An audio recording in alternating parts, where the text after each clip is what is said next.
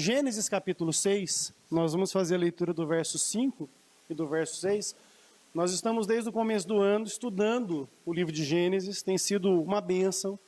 Todas as mensagens que eu tenho pregado aqui aos domingos têm sido embasadas no livro de Gênesis.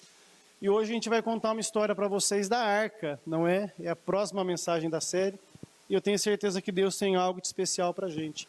Gênesis capítulo 6, versos 5 e verso 6, a Escritura Sagrada diz assim: E viu o Senhor que a maldade do homem se multiplicara sobre a terra, e que toda a imaginação dos pensamentos do seu coração era só má continuamente.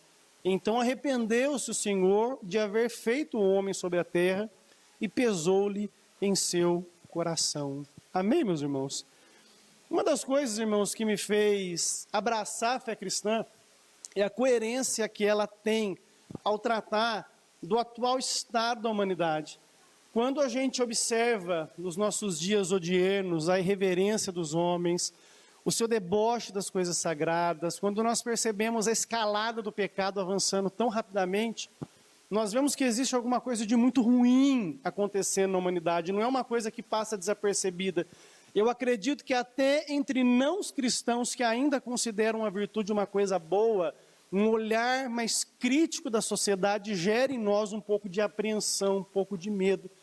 E o cristianismo nos mostra a razão disso acontecer. Então é coerente você ser um cristão à luz do que você observa no mundo à nossa volta. E a Bíblia nos deixa muito claro a razão para a qual o pecado escala no coração do homem de uma forma tão rápida, tão tremenda. E ao mesmo tempo, a Bíblia nos mostra como uma bússola que existe um caminho de volta para Deus. Existe um caminho que nos leva em direção ao Calvário, onde nós podemos encontrar salvação, encontrar redenção. Gênesis capítulo 6 é o contexto da história da Arca de Noé. É uma história muito querida tanto por cristãos quanto por não religiosos. Todo mundo conhece essa história. Teve até um filme que foi lançado recentemente no cinema. Eu fui no cinema pensando que o filme era bíblico, mas Noé, não é? Mas Noé. Mas é uma história que está no imaginário nosso. A Arca de Noé é um evento tão relevante para a nossa sociedade humana que mesmo entre as outras religiões existem relatos de um grande dilúvio, como uma das obras mais conhecidas da literatura do mundo antigo, que é a obra de Gilgamesh, que conta exatamente a história de Noé, mas numa outra civilização. Então nós temos registros históricos suficientes para acreditar que isso aconteceu, embora os cristãos não dependam de história, eles acreditam que a Bíblia é a palavra de Deus. E quando nós pensamos nesse evento especial, onde Deus deu um reset na humanidade, a gente consegue entender como que Deus prefigurou sua obra de salvação nos eventos que são narrados em Gênesis 6, 7 e 8, que vão ser a base do que eu vou trazer para o coração de vocês nessa manhã, permitindo o Senhor. Esse texto de Gênesis 6 mostra, irmãos, a escalada do pecado no coração humano. A gente percebe nele que o testemunho da Escritura é o pior possível dessa sociedade. Você pode abrir a sua Bíblia em Gênesis capítulo 6? A gente vai fazer a leitura de alguns versículos em que o texto bíblico nos mostra em que estado estava a humanidade daqueles dias e por que que isso pesou no coração de Deus para dar uma formatada no mundo e começar tudo do zero novamente. Capítulo 6, versículo 2, vai nos mostrar o que estava acontecendo naquela sociedade e por que Deus fez o que fez. Os irmãos acharam? Gênesis 6, verso 2, a Escritura diz assim: E viram os filhos de Deus que as filhas dos homens eram formosas, tomaram para si mulheres de todas as que escolheram. A primeira coisa que pesou no coração de Deus nesse tempo foi o casamento misto. Os filhos de Deus, aqueles que eram da linhagem piedosa de Sete, não conservaram os seus valores piedosos e começaram a se namorar com mulheres que eram infiéis, e com isso esse casamento misto gerou um sentimento de idolatria e de incredulidade generalizado naquela sociedade. Eles abandonaram o culto a Deus, deixaram de buscar a Deus, porque eles arderam nas suas paixões. Gênesis capítulo 6, versículo 5, também nos mostra a consequência disso. A maldade se espalhou como uma doença em toda a sociedade. O verso 5 diz assim: E viu o Senhor que a maldade do homem se multiplicara sobre a terra, e que toda a imaginação dos pensamentos de seu coração era só má continuamente. A situação chegou num ponto que o homem começou a exalar o pecado da sua forma mais intensa. Hoje pela manhã nós aprendemos sobre a doutrina da depravação total, que é embasada em muito nos versos de Gênesis 6, em que mostra que o homem na sua condição sem Deus, ele está morto em delitos e pecados, escravizado pelo pecado, vivendo debaixo da serviência do príncipe da potestade do ar, do espírito que agora opera nos filhos da desobediência. O homem é mau por natureza. Além disso, essa maldade do coração do homem se exacerbou de tal forma que o homem se tornou violento. Abra sua Bíblia no verso 11 agora de Gênesis 6. A Escritura diz assim: a terra, porém, estava corrompida diante da face de Deus. A terra encheu-se de violência. E viu Deus a terra, e eis que estava corrompida, porque toda a carne havia corrompido o seu caminho sobre a terra. Então esse é o testemunho que a Bíblia dá dos dias de Noé. Um tempo em que aqueles que professavam a Deus se enamoraram com as coisas do mundo e mergulharam no pecado como todos os demais. Um tempo de maldade, um tempo de violência, um tempo de corrupção generalizada. Acredito que isso traz à mente de vocês alguns sentimentos com a nossa sociedade atual. Nunca vivemos um tempo em que os cristãos fossem tão fracos na sua fé, tão fracos nos seus valores e na sua devoção. Nunca houve um tempo em que a maldade do homem fosse tão grande, tão exacerbada. Nunca houve um tempo tão violento como o nosso, em que as pessoas se matam numa briga de bar. Nunca houve um tempo de tamanha corrupção, irmãos. A gente tem dificuldade para confiar nas pessoas. Então nós vivemos uma época em que se assemelha muito aos dias de Noé, e talvez para nós, como leitores da Bíblia, é como se nós estivéssemos lendo o jornal do dia a dia, quando nós lemos um texto desse, porque a nossa sociedade se assemelha muito a essa na qual Deus interveio com juízo. A teologia reformada identifica em Gênesis 6 uma clara descrição a respeito da doutrina bíblica da depravação total. Segundo ela, o homem sem Cristo é totalmente depravado, ou seja, o pecado afetou a sua totalidade. Nossa mente, nossa alma, nossas vontades, nossas emoções, todas elas estão corrompidas pelo pecado de alguma forma. De tal modo que o homem sem Cristo é morto em delitos e pecados, segundo Efésios 2:1. Não busca a face de Deus, segundo João 5:40. Vive uma situação de escravidão pelo pecado, segundo João capítulo 8, verso 34. Está alienado de Deus, incapaz de buscá-lo, incapaz de se voltar a Deus, segundo Romanos 13:11. A descrição bíblica sobre o status do coração humano é a mais triste possível. Por conta disso, nós vemos hoje a forma como o homem banaliza a vida, banaliza valores, banaliza as coisas que são sagradas. Quando nós vemos as pessoas valorizando o direito de matarem seres humanos, com aborto, por exemplo, nós percebemos que a gente chegou no fundo do poço. No fundo do poço. Como a sociedade de Noé viu o juízo de Deus, nós aguardamos também o dia em que Deus, que não fica indiferente ao mal, vai se manifestar trazendo juízo a toda a obra. Mas graças a Deus Ele deixou uma arca preparada para nós. Uma arca onde nós podemos entrar encontrando salvação. Nesse cenário todo, meus irmãos, nós vamos ver em Tiago capítulo 4, verso 4, um resumo do que acontece quando a humanidade dá as costas para Deus. Abra sua Bíblia, por gentileza. Tiago capítulo 4, verso 4. Então eu disse no começo da mensagem que a Bíblia me possibilita enxergar o status da humanidade como é. Permite que eu veja tanto porque a sociedade é má, quanto porque o meu próprio coração é obstinado e desobediente a Deus. Tiago capítulo 4, verso 4, todos acharam? A Escritura Sagrada diz assim: adúlteros e adúlteras, vocês não sabem que a amizade do mundo é inimizade contra Deus? Portanto, qualquer que quiser ser amigo do mundo, constitui-se inimigo de Deus.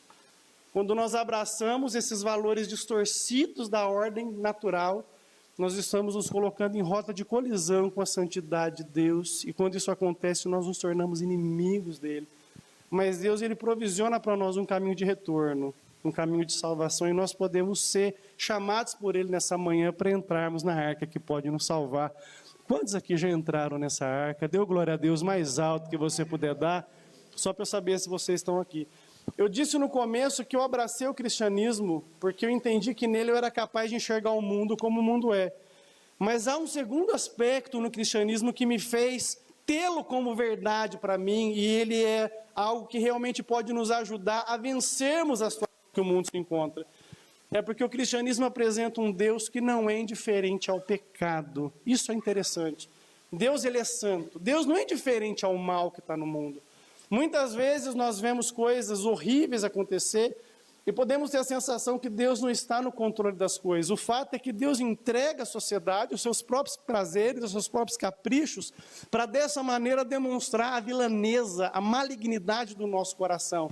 Mas Deus não é indiferente ao mal. Deus observa com seus olhos santos. A Bíblia fala que os olhos do Senhor percorrem a terra à procura dos seus justos. Louvado seja Deus. Deus está de olho em tudo. Não há neutralidade em Deus. Existem coisas que Deus ama e existem coisas que Deus odeia. Deus reage à maldade do coração humano. Isso se mostrou na história de muitas vezes. O episódio da arca é um dos mais emblemáticos, porque ele é biblicamente registrado. Da mesma forma como Deus não é neutro, nenhum ser humano é capaz de ficar neutro diante da santidade de Deus. No geral, ou amamos a Deus ou o odiamos. Por quê? Não dá para ficar indiferente com um Deus que julga o pecado e que mostra a realidade do nosso coração. Um Deus que não tem o culpado por inocente, que não passa a mão na nossa cabeça. Um Deus que Ele trabalha em nós para o nosso bem. Um Deus que trabalha em nós para nos tornarmos mais parecidos com o Senhor Jesus Cristo. Deus não é indiferente com a gente. O tempo todo Ele está trabalhando e moldando, em especial aqueles que são do seu povo, aqueles que Ele chamou. E chega um momento que Deus decide intervir. E quando Deus decide intervir, meus irmãos, é tremendo. Nós vemos na Bíblia Sagrada que pesou o coração de Deus ter criado o homem e ver o estado que o homem ficou. E a Bíblia fala que Deus se arrepende daquilo que Ele fez e Ele decide começar tudo. O Arley trabalha com informática. O Arley sabe que tem dia, irmão, que o computador não tem jeito. Ou você formata, ou você joga fora. Não adianta restaurar, não ficar bom. Tem que formatar. Né? Inclusive o meu está lá em casa. Você vai ter que formatar ele para mim, viu? Eu restaurei. Eu caí no golpe da restauração. Ficou uma semana bom, filho. Agora está pior do que estava. Aquele lá que estão transmitindo, ó, tem que dar um jeito nele, né? Deus percebeu que não adiantava restaurar, tinha que formatar. E Ele então decide começar tudo de novo, decide zerar tudo e começar o processo novamente. E para isso, Ele escolhe um homem para cumprir esse propósito, um homem para esse fim. E aqui nós vemos, meus irmãos, de uma forma muito clara, o modo como Deus faz para poder colocar ordem nas coisas. Deus sempre tem uma escolha, você pode glorificar o nome dEle por isso? Para essa sociedade aqui, a escolha de Deus foi a mais pura possível. Porque Ele precisou escolher dentre os pecadores um que Ele poderia usar. A escolha soberana de Deus por Noé não foi meritória, como o texto às vezes parece sugerir. É tão verdade que em Gênesis 6:8, abra sua Bíblia por gentileza, a Bíblia nos fala que Deus achou graça aos olhos de Noé. Em outras palavras, Deus comunicou a graça dele para Noé, para que Noé cresça. A Bíblia afirma que Deus viu a maldade de todos os homens. Claramente não era um homem mau também, mas aconteceu algo diferente com ele. A graça o atraiu a buscar o Senhor. A graça o atraiu para que ele pudesse invocar a Deus e buscar perdão pelos seus próprios pecados. Gênesis capítulo 6, verso 8 diz assim: Noé, porém, achou graça aos olhos do Senhor. A graça de Deus iluminou o coração dele. E ele invocou o nome do Senhor. Quem aqui já orou a Deus hoje? Levanta a sua mão. Você fez isso porque a graça te encontrou. Glorifica o nome do Senhor Jesus. Você fez isso porque a graça te iluminou e assim foi com Noé. Ele clamou a Deus pelos seus pecados, pediu perdão. E ele então estava ali numa condição distintiva com todas as outras pessoas. A Bíblia afirma que Noé, por causa da fé que ele teve em Deus, ele foi movido por um santo temor em obedecer a Deus. Em Hebreus capítulo 11, abra sua Bíblia por favor. A Bíblia dá testemunho de Noé, colocando ele na galeria dos heróis da fé, mostrando que quando a fé inundou o coração dele, a graça o transformou. Por esse ato de obediência, ele condenou todo o mundo antigo. Hebreus capítulo 11, verso 7, abra sua Bíblia. Ô meu filho, isso é de Deus. Não, entrega na mão. Isso é de Deus. Todos acharam? A Escritura diz assim: pela fé, Noé, quando avisado a respeito de coisas que ainda não se viam, movido por santo temor, construiu uma arca para salvar a sua família. Por meio da fé, ele condenou o mundo e tornou-se herdeiro da justiça, que é segundo a fé. O que destacou Noé daquela sociedade pagã, idólatra, pecaminosa? Ele tinha fé no Deus verdadeiro. A única coisa que pode nos distinguir no meio de uma sociedade idólatra, corrompida, é nos cultivarmos a fé no Deus verdadeiro. Você é crente? Eu sou crente em Jesus Cristo. Você é um salvo pela graça de Deus, eu sou lavado no sangue. Você é perdoado por Deus pela graça, não perfeito ainda, mas já não sou como eu era, a graça tem me transformado.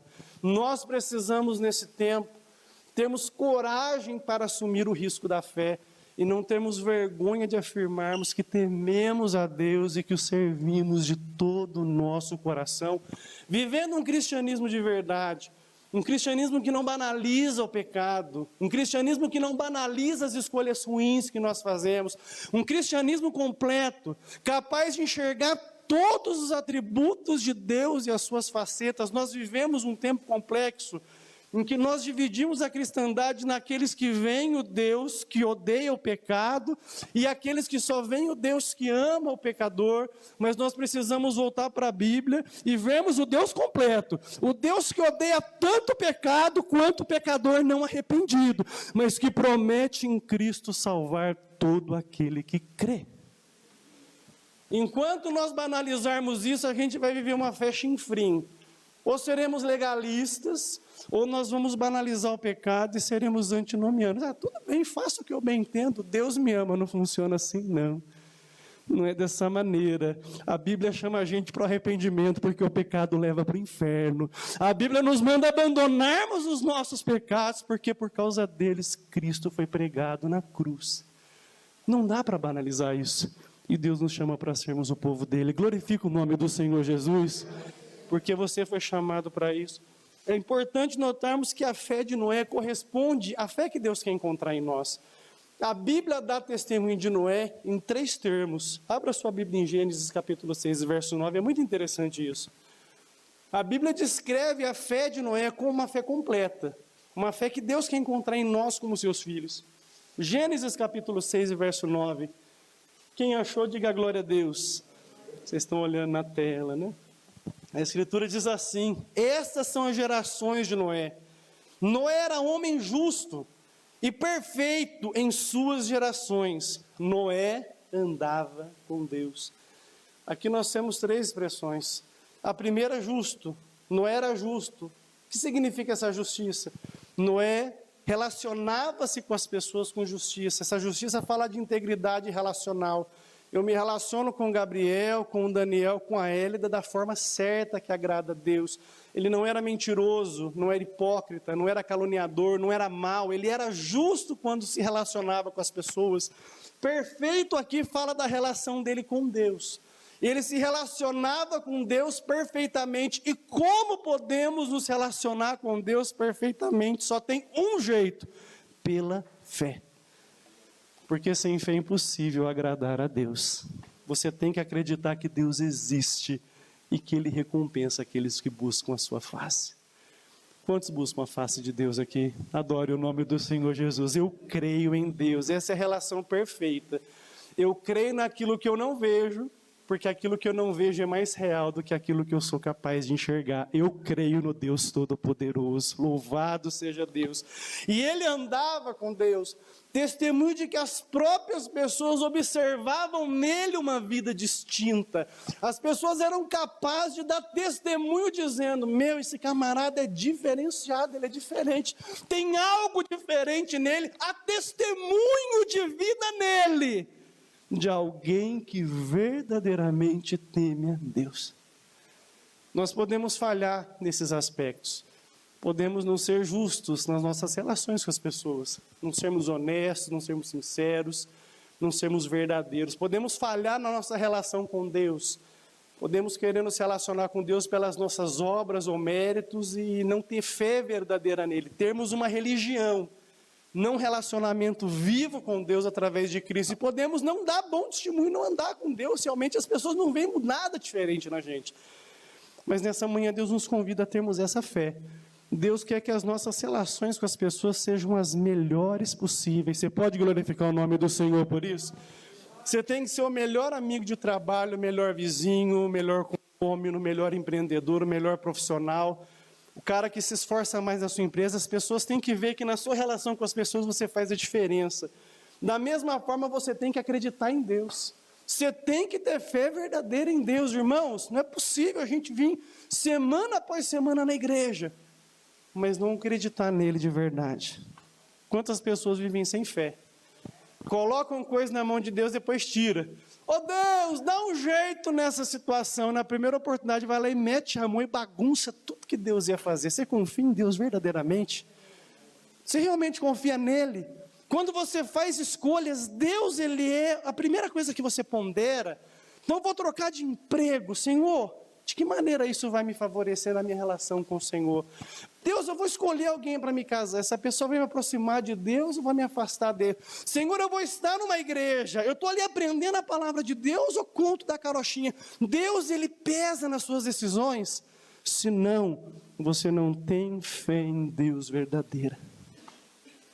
Você tem aquela fé de demônio, não é? Demônio crê em Deus também, não é? Mas não obedece. A gente tem que crer e tem que obedecer, porque a fé sem obras é morta. Como é que anda a sua fé em Deus? A sua fé te move a ser alguém melhor? Ou você não está nem um pouco preocupado com isso? Deixa a vida me levar. Eu faço o que eu bem entender da minha vida. Eu sou dono do meu próprio nariz. Não. A Bíblia diz que do Senhor e a terra a sua plenitude, os homens e todos que nele habitam, até o seu nariz pertence a Deus. E nós vamos prestar contas para Ele de todas as nossas obras, de tudo que fizermos. Deus espera de nós algo mudado, algo diferenciado. Glorifique o nome do Senhor Jesus por isso. Deus nos chama nessa manhã para termos uma atitude correta com Ele, como Noé teve. E essa atitude correta envolveu uma missão grandiosa: construir a primeira embarcação da história do mundo. Não temos testemunho que houveram barcos antes disso. Gênesis capítulo 5 fala que foi inventado música, foi inventado pecuária, foi inventado instrumento musical, ferramentas, armas de ferro, mas não fala de barco. E quando Deus nos chama para algo, irmãos, é sempre algo difícil. Com Deus não tem moleza, não é? Então não é o seguinte, camarada, eu te escolhi, isso é meu, não é? Você vai ter que fazer um negócio para mim, você vai construir uma embarcação gigantesca. Você não é formado em engenharia náutica, mas eu vou te dar o segredo, eu vou te dar o modelo completo. Então você vai construir uma arca de medidas descomunais. Irmãos, eu converti as medidas porque eu mesmo não tinha ideia do tamanho do barco, eu fiquei muito surpreendido. Esse barco tinha 135 metros de comprimento, 22 de largura, 13 metros e meio de altura.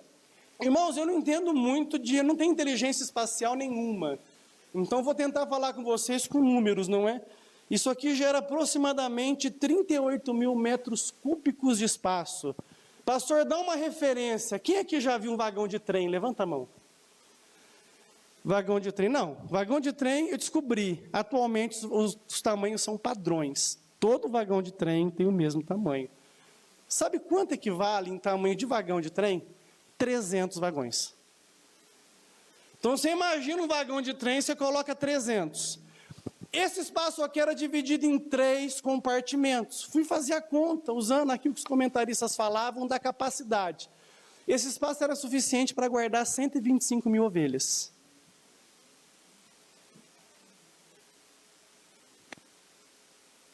Não é? Tu vai fazer um barco que não vai ser pequeno. Irmão, tem hora que Deus chama a gente pequena para fazer coisa grande. E você tem que aceitar quando Deus chama você. Porque o modelo vem dele, as instruções vêm dele, a capacidade vem dele, o chamado é dele. E quando ele chama, ele sustenta aqueles que ele chama eficazmente. Não é? Você vai fazer um barco que é grande. Mas cabia todos os animais ali. Irmãos, eu fui pesquisar isso também, porque hoje nós temos muita discussão na cristandade. O dilúvio foi universal ou foi local? Mas de fato, todos os animais foram colocados lá dentro? Eu anotei, irmãos. Nós temos hoje conhecidas no mundo aproximadamente 4.600 espécies de mamífero, 10.500 répteis, aproximadamente 7.000 anfíbios e 10.900 aves. Então você faz a conta aí, a gente está falando de espécies terrestres, irmão, porque o dilúvio não matou nenhum peixe, né? Quem está na água ficou lá mesmo, né? Peixe é melhor que bicho da terra, né? Louvado seja Deus, né? Então se você for pensar em espécies terrestres, a gente está falando aí de aproximadamente 30.000 espécies diferentes. Então você coloca um casal de cada, não, mas elefante cabe lá dentro, mas elefante nasce pequeno, viu? Ele pode ter pegado filhote. Então você colocava lá 30.000, cabia 125.000 bem, então espaço tinha. Insetos, irmãos, é tudo pequenininho, inseto podia grudar por dentro, por fora, e entrou todos. Não, a Bíblia fala que a água subiu 7 metros acima do monte mais alto. Só foi salvo quem estava na arca, porque só vai chegar salvo na Nova Jerusalém que estiver dentro de Jesus Cristo. Não tem salvação fora da arca. Então, a arca era grande, irmão, cabia todo mundo lá dentro, ainda sobrava espaço para comida. Muita comida. Pastor, o testemunho qual é? O dilúvio foi local ou foi universal? Irmãos, a Bíblia dá um amplo testemunho de que foi universal. As pessoas que tentam justificar um dilúvio local fazem baseados em racionalidade, mas eu estou falando do Deus Todo-Poderoso. Eu estou falando do Deus que cria tudo do nada. Irmãos, Deus não tem que seguir lei de física. Deus criou as leis, as fórmulas, a química, a física. Quando Deus quer fazer, Deus faz. Isaías 54, verso 9, abra sua Bíblia. É o primeiro versículo que testemunha um dilúvio universal.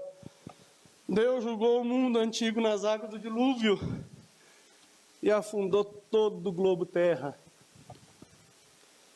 Isaías 54, verso 9, quem achou, diga glória a Deus. Porque isto será para mim como as águas de Noé, pois eu jurei que as águas de Noé não passariam mais sobre a terra. Toda a terra. Não foi só um pedacinho, não foi só um bairro, um país, não. Terra. Assim jurei que não mirarei mais contra ti, nem te repreenderei. 2 Pedro, capítulo 2, verso 5. Abra sua Bíblia. Quem achou, diga glória a Deus. E não poupou o mundo antigo, todo mundo, mas preservou Noé, pregador da justiça, e mais 7 pessoas, quando fez vir o dilúvio sobre o mundo de ímpios. Foi todo mundo.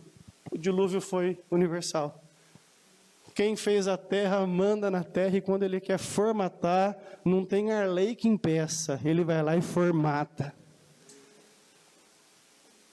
Mateus capítulo 24, versículo 37 ao 39, o próprio Jesus assevera que o dilúvio foi de fato um evento histórico incontestável. Quem achou, diga glória a Deus. Pois assim como foi nos dias de Noé, também será a vinda do Filho do Homem. Porquanto assim como nos dias anteriores ao dilúvio, comiam e bebiam, casavam e davam-se em casamento, até o dia em que Noé entrou na arca e não perceberam, senão quando veio o dilúvio e os levou a todos. Assim será também a vinda do Filho do Homem. Quem estava fora da arca, pereceu. Quem estava dentro da arca foi salvo. Se o dilúvio fosse local, qualquer pessoa, além do limite da água, teria sobrevivido. Mas Jesus Cristo deixou claro que só quem estava na arca foi salvo. Essas águas encheram o mundo todo. E como eu quero que o conhecimento da glória de Deus enche o mundo todo também, através de nós que somos a igreja. Louvado seja Deus. Noé foi mencionado na Escritura, primeira vez com 500 anos de idade, entrou na arca com 600, permaneceu na arca por 370 dias.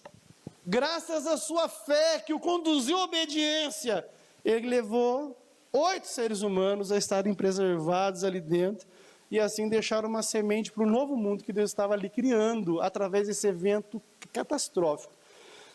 Como a gente não vai passar 4 semanas estudando esse texto, é só uma mensagem, eu vou deixar alguns insights aqui para vocês pensarem nisso ao longo da semana, não é? Coisas que eu peguei lendo. Primeiro, o trabalho de Noé salvou a menor fração da humanidade, não muita gente.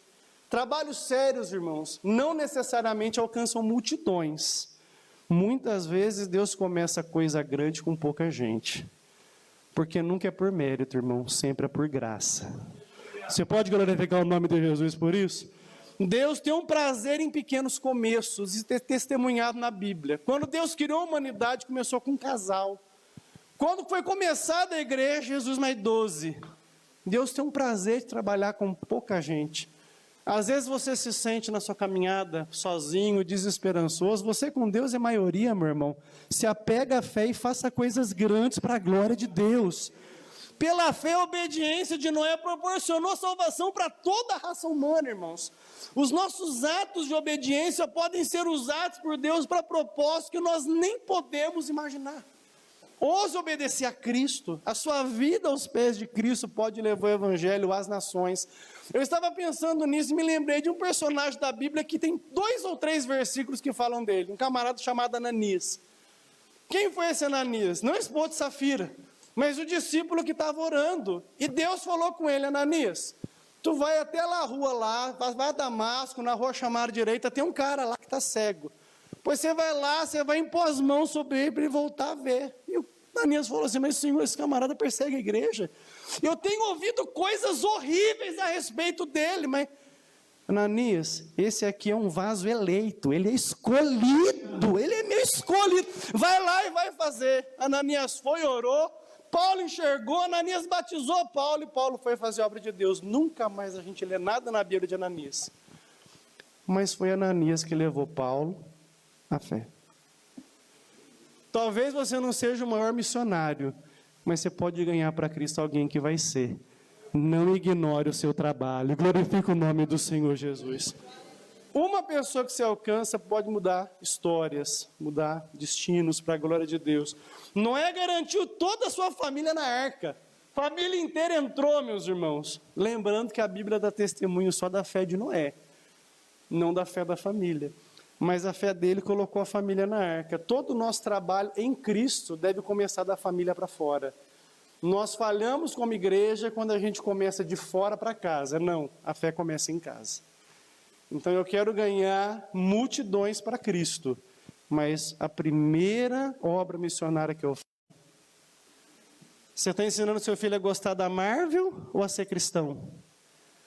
Você está ensinando seu filho a ganhar dinheiro ou a ser cristão? A fé começa em casa. Se você não ganhar o coração dos seus filhos, o mundo aí está oferecendo vários barquinhos. De repente você está pensando que seu filho está na arca, ele já entrou num barquinho e está indo embora. Abre o teu olho aqui nessa manhã. Se você não for cristão dentro de casa, os seus filhos não permanecerão na fé. Quem crê nisso aqui? Dê exemplo, para a glória de Deus. Por fim, pense na grandeza do texto. E no Deus que ele revela. Pense muito nisso, irmãos. Pensa só em Deus, só nesses 3 capítulos aqui. Ele se entristece pela maldade humana. Ele escolhe um homem para ele usar. Ele revela a esse homem um projeto de embarcação, o primeiro barco da história.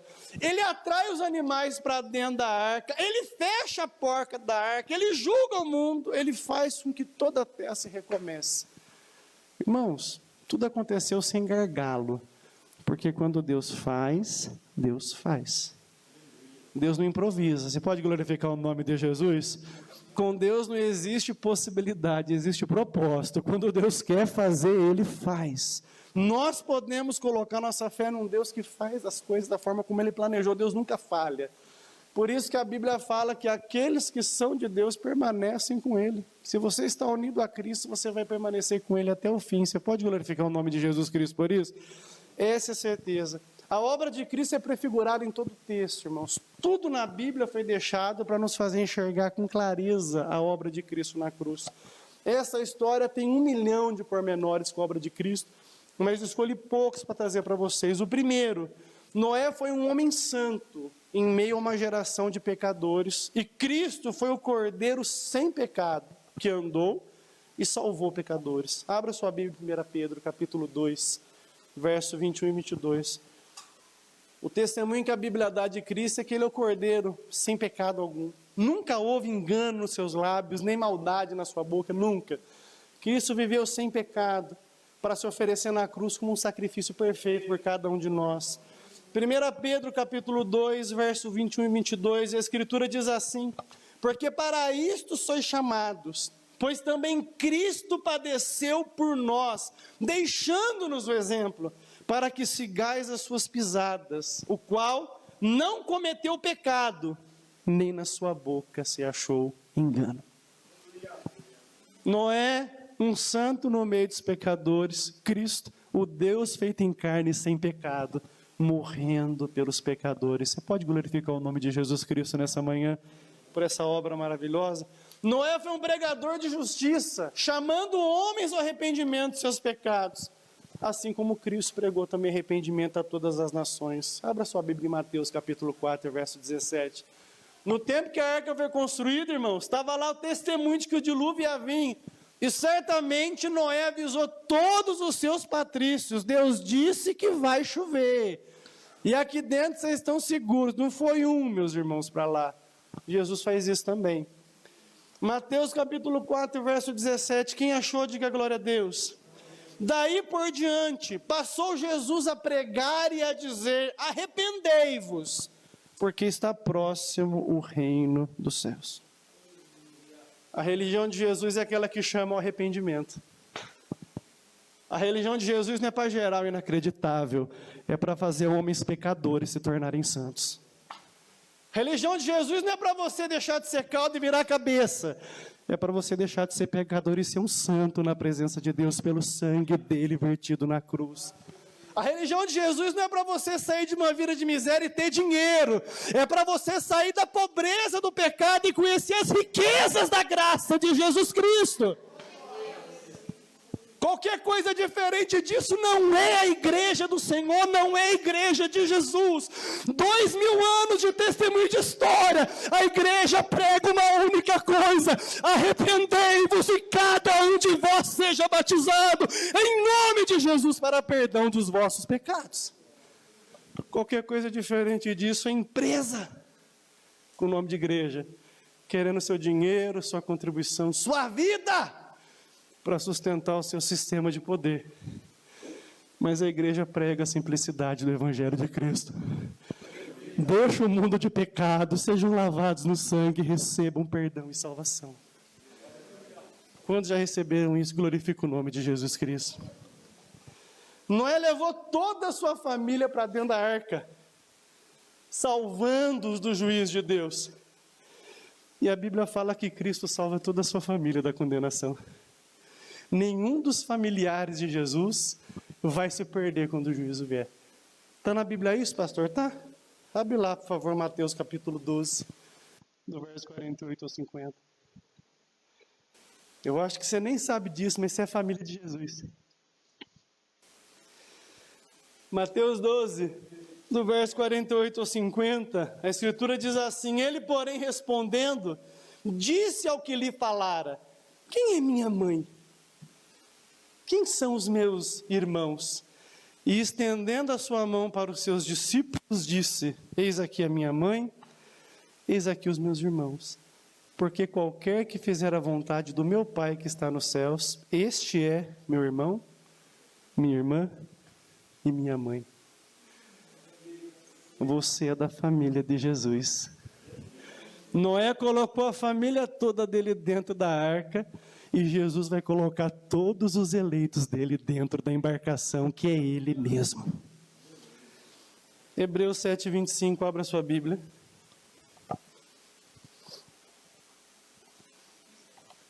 Fechando esse entendimento.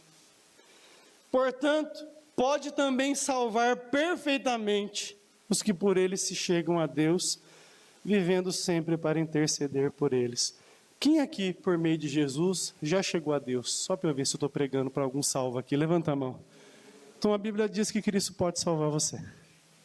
Você é um salvo.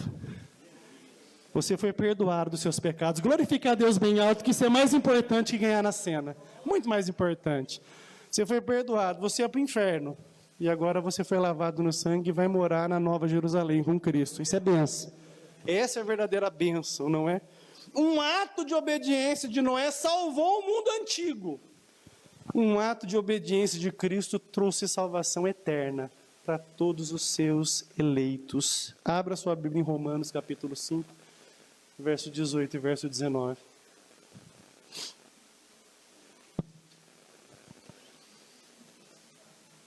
Louvado seja Deus. Toda a Bíblia aponta para Jesus. Basta ler com um olhar espiritual. Pois assim como por uma só ofensa veio o juízo sobre todos os homens para a condenação, assim também por um só ato de justiça veio a graça sobre todos os homens para a justificação que dá a vida. Porque como pela desobediência de um só homem muitos se tornaram pecadores, assim também por meio da obediência de um só, muitos se tornarão justos. A nossa fé fala de justificação, a nossa posição diante de Deus. Se eu estou curado ou não, com dinheiro no bolso ou não, com carro novo ou não, nada disso importa. Mas importa que quando eu estiver diante da presença do Santo Deus, diante do seu trono, eu esteja justificado pela fé em Cristo, lavado no seu sangue e revestido de Cristo. Se isso acontecer, Deus vai olhar para mim e vai ver Jesus na minha vida e vai falar: vinde bendito de meu Pai, para o reino que está preparado para você desde a fundação do mundo. Mas se eu chegar diante de Cristo com os meus valores, a minha vida, o meu pecado, Ele vai dizer: aparte-se de mim, maldito, para o fogo eterno, preparado para o diabo e para os seus anjos. Não é moralismo, é justificação. Não é vida perfeita, é estar lavado no precioso sangue de Cristo, ainda que sejamos imperfeitos. O cristianismo é simples demais. Jesus fez tudo por você, glorifica o nome dele aqui nessa manhã. Tudo. Só temos que nos apegar com aquilo que ele fez. Além de nós vermos a obra de Cristo tão claramente no texto, a história da arca nos mostra a mecânica de salvação com precisão. As doutrinas da graça brilham no texto, mas brilham diante dos nossos olhos. É algo maravilhoso isso. A primeira coisa que eu vejo é que a depravação total, a condição alienada do coração do homem, está presente no testemunho que Deus dá dessa sociedade. A Bíblia fala desde o começo que o pecado causou no homem uma desordem.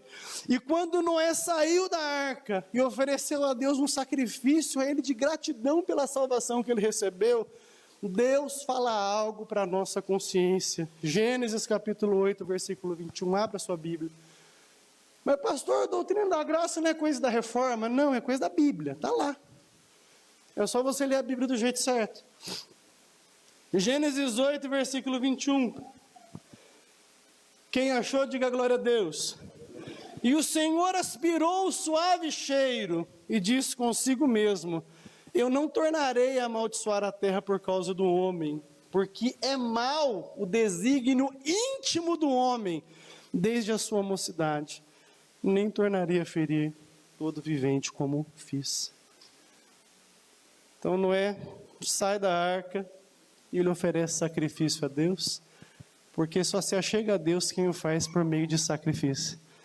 E Deus fala: esse sacrifício aqui é um sinal de reconciliação, porque eu sei, Deus dizendo, o coração do homem é mau desde a sua meninice. Então, talvez você esteja ouvindo isso, esteja preocupado, mas pastor, o senhor pregou um pouco mais forte hoje. O senhor está querendo me dizer alguma coisa? Estou querendo dizer que eu e você somos pecadores a caminho do inferno. Essa é a verdade bíblica, eu não vou amaciar ela para alegrar você. Mas eu quero dizer para você que Deus chama a gente para oferecermos um sacrifício a Deus. E que sacrifício é esse? Nós confiarmos que a morte de Jesus na cruz do Calvário pagou o preço pelos nossos pecados.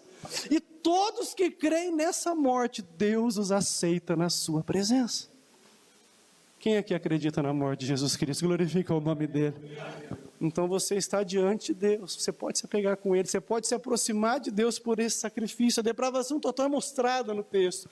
A escolha soberana que Deus fez sobre Noé, escolhendo um pecador numa sociedade demais, também nos mostra a eleição incondicional, a decisão de Deus de salvar pecadores, mas de reprovar outros por seu soberano e eterno desígnio.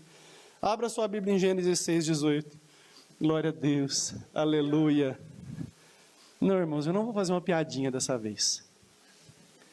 Não, porque a irmã já ficou lá empalidecida com tudo que caiu. Né, Nadir? Não vou falar nada disso, viu, Nadir? Não. Eu tentei fazer uma aplicação da sua queda com o texto, mas não deu. Então vamos ficar no texto. Né? Tem dia que eu estou mais criativo, hoje eu não estou muito não. Gênesis 6,18. Mas com você estabelecerei a minha aliança, e você entrará na arca, você e seus filhos, a sua mulher e as mulheres dos seus filhos.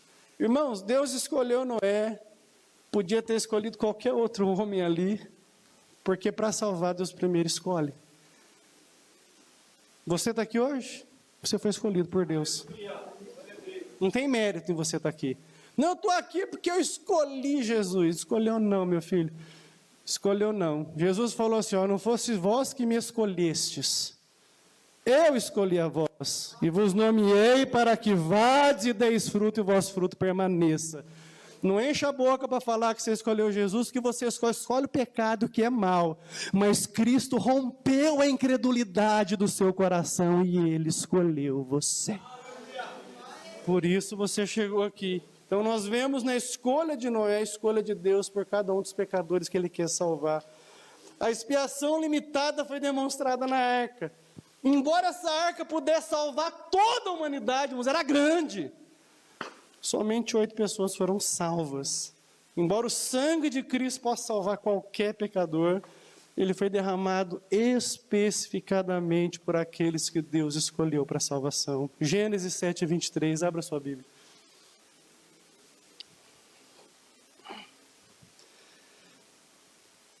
A Escritura diz assim: assim foi destruído todo ser vivente que havia sobre a face da terra, desde o homem até o animal, até o réptil, até as aves dos céus, e foram extintos da terra. E ficou somente Noé e os que com ele estavam na arca. A arca só foi útil para quem estava dentro dela. O sangue de Cristo é eficaz para os eleitos dele. Nenhuma gota do sangue de Cristo foi derramada em vão. Ele sangrou por aqueles que ele quis salvar. Você pode glorificar o nome de Jesus por isso?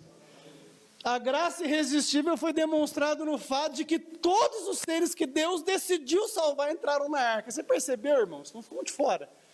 Todo mundo que Deus quis que entrasse na arca, e todas as criaturas que Deus quis entraram. Eu estava lendo, porque tem um texto aqui, o texto ele é muito engraçado. E eu percebi que alguns comentaristas pendem para essa ideia. Isso aqui é uma ideia, não é uma doutrina, pelo amor de Deus. Mas, irmão, eu fiquei pensando, né? Eu falei para vocês de aproximadamente 30 mil espécies, sem contar insetos. Você imagina, Liana, Noé na caça? Vamos pegar um casal de leão aqui agora. Né? Então, sem canja-fé, vocês vão fazer no barco, eu vou à caça dos bichos. Irmãos, é muito bicho para caçar. Como que aconteceu isso? A Bíblia dá uma suspeita para a gente. Abra aí Gênesis 7, do 13 ao 16. Achei isso sensacional, extraordinário. Gênesis 7, do 13 ao 16. Olha o que a Bíblia fala. E no mesmo dia, entraram na arca Noé, seus filhos, sem canja-fé, sua mulher e as mulheres dos seus filhos. Eles e todo animal conforme a sua espécie, todo gato conforme a sua espécie, todo réptil que se arrasta sobre a terra conforme a sua espécie, e toda ave conforme a sua espécie, pássaros de toda qualidade, de toda a carne que havia espírito de vida, entraram de 2 em 2, olha o texto, para junto de Noé, na arca. Em outras palavras, não foi Noé que foi atrás deles, foram eles que vieram até Noé. Porque quando Deus chama para entrar, tem que vir. Aleluia. Quando Ele chama, vem. Por que quando Deus ressuscitou Lázaro, Ele não falou, morto, sai para fora? Ele falou especificadamente, Lázaro, sai para fora. Porque se ele chamasse morto, vinha todos os mortos para fora. Deus chama você pelo seu nome. E quando ele chama, os pecadores vêm, porque ele é poderoso para salvar. Então nós vemos a graça resistível aqui. Quem tinha que entrar na arca entrou. E todos aqueles que têm que compor a igreja invisível vão chegar à fé, porque Deus não tem propósito frustrado. Nós queremos uma graça irresistível. E por fim, a segurança da salvação, a perseverança fica explícita no fato de que após todos que haviam sido determinados para entrar na arca, a Bíblia fala que o próprio Deus fechou a porta. Não foi Noé que puxou a corda. Imagina, puxar a porta de uma embarcação, Rodrigo. Vem cá, meu filho, vamos puxar.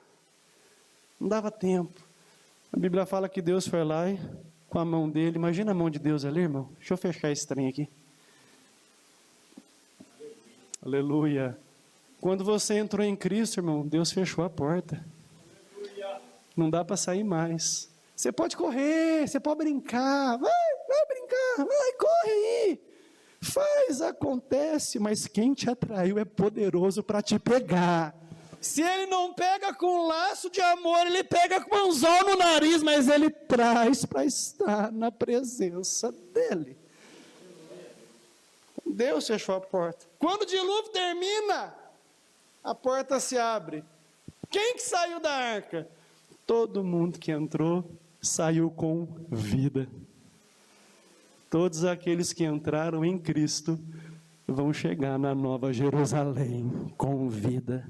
Nenhum se perderá. Você pode glorificar o nome de Jesus Cristo por isso? Gênesis 8, versos 18 e 19. Então saiu Noé e seus filhos e a sua mulher e as mulheres de seus filhos com ele. Todo animal, todo réptil, toda ave, tudo que se move sobre a terra conforme as suas famílias, saiu para fora da arca. Quem estava dentro foi preservado. Quem estava fora, pereceu. De que lado da arca você está aqui nessa manhã?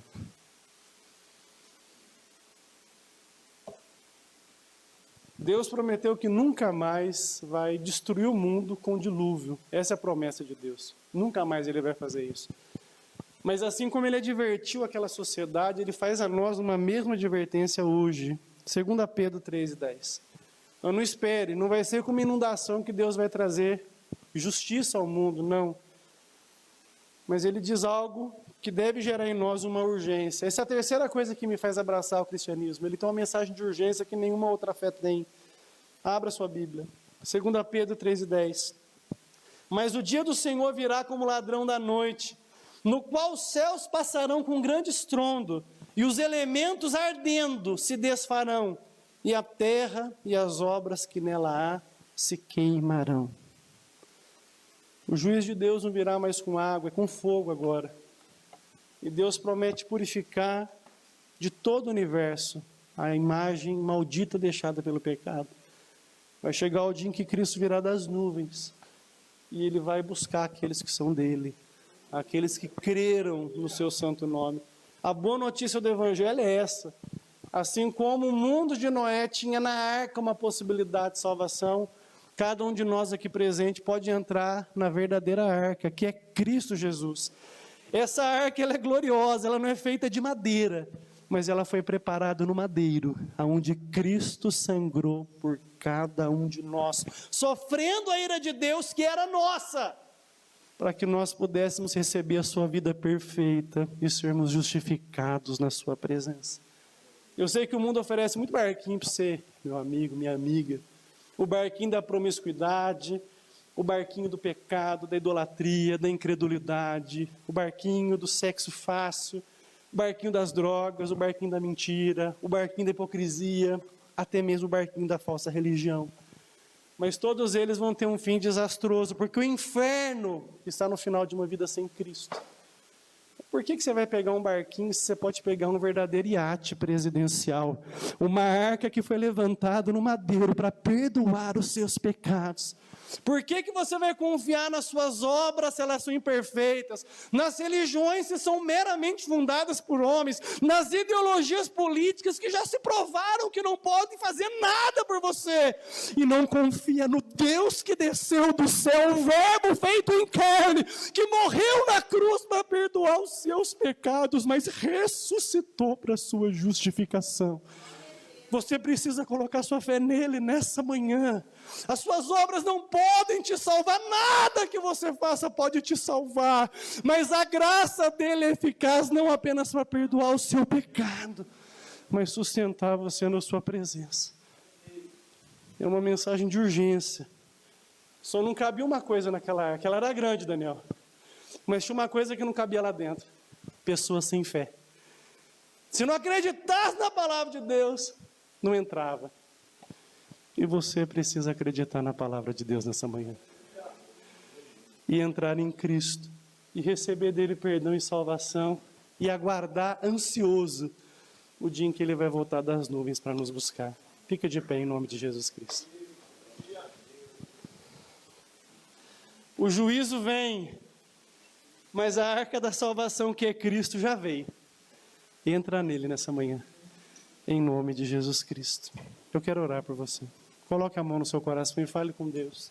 Você sabe seu estado, sua condição, a sua posição diante de Deus e o quanto a obstinação do seu coração tem te afastado do plano de Deus para a sua vida. Você não precisa disso. Deus não quer a sua perfeição, Ele quer que você se arrependa. Deus não quer você uma vida isenta de erros, porque Ele sabe que é isso impossível, mas Ele quer que você reconheça Cristo como seu Senhor e Salvador. E pela fé no seu nome deixe esse mundo de engano. Essa é a promessa que Deus tem para você. E eu quero que você ore, fale com Deus nesse momento. Fale para Deus o que está acontecendo com você. Peça que Deus endireite os seus planos, corrija o teu coração obstinado e abrace você com graça nessa manhã. Cristo pode salvar você. Cristo pode salvar você. A porta dessa arca está aberta ainda. E você pode entrar por ela pela fé. Senhor, nós te agradecemos pelo privilégio que o Senhor nos dá de podermos ouvir a Tua palavra, meu Pai, e nos alegrarmos, meu Pai, com a boa notícia do Teu Evangelho. Obrigado, Pai, por não ter nos deixado entregue aos nossos pecados, meu Pai, mas por ter intervido, nos chamando da morte para a vida na pessoa de Jesus Cristo. Obrigado, meu Pai, por não ter nos deixado alheio à Tua aliança de salvação, mas por ter nos chamado eficazmente da morte e nos enxertado em Cristo para a vida eterna. Obrigado, Pai, porque o Senhor demonstrou misericórdia por nós, meu Pai. Muitos rostos se viram contra nós em vida, mas o Senhor, bondoso, generoso, misericordioso, Pai benigno, o Senhor olha para nós com um olhar de compaixão e de misericórdia. E nós queremos nessa manhã entrar, meu Pai, na arca da salvação que é Cristo, receber o seu perdão, receber, meu Pai, a salvação da nossa alma e caminharmos diante da sua presença. Pai, nos ajuda a não trocarmos o Senhor por nada que esse mundo de engano possa oferecer, mas pela graça nos apegarmos com fé à salvação que nos é oferecida, Pai. É a oração que eu quero levar ao Senhor nesse momento, e eu já te agradeço desde já, em nome e para a glória de Jesus. Amém e amém.